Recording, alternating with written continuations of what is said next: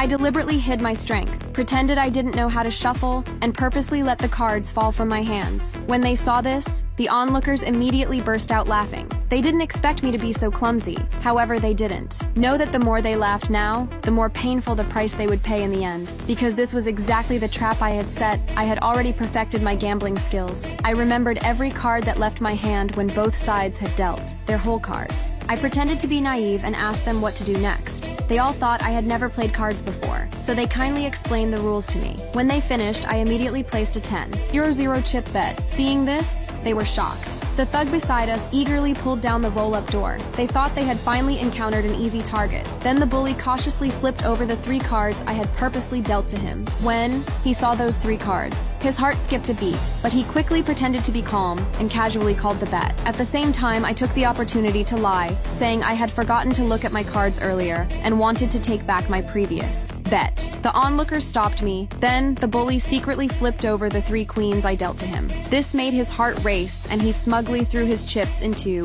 the pot, confidently calling the bet. However, the last player had 3 kings, which were bigger than the queens. Without hesitation, he called the bet as well. In the end, they all fell into my trap, but my father and grandfather were already in a panic. After all, I was so young. How could I possibly know how to play cards? As everyone eagerly awaited me to reveal my cards, I pretended to be afraid to look, and raised the bet by another 10-0 chips. When my father saw this, he immediately tried to stop me, but the bully next to us said, since I was already at the table, no one should interfere with me. After that, the bully proudly raised the bet again. They all thought their whole cards were the highest, so they didn't care about my raise. As gamblers, their subconscious minds told them that no matter how much I raised, they could play to the end. At this moment, I had already figured out their mentality. They were completely unprepared, so I decisively pushed all my remaining chips into the pot, but the changes in the game were unpredictable. No one knew what would happen next. After all, this deck of cards and this casino belonged to the bullies, as everyone had already placed their chips. This round's outcome was already decided. The players began to reveal their cards, but I still pretended to be afraid to look.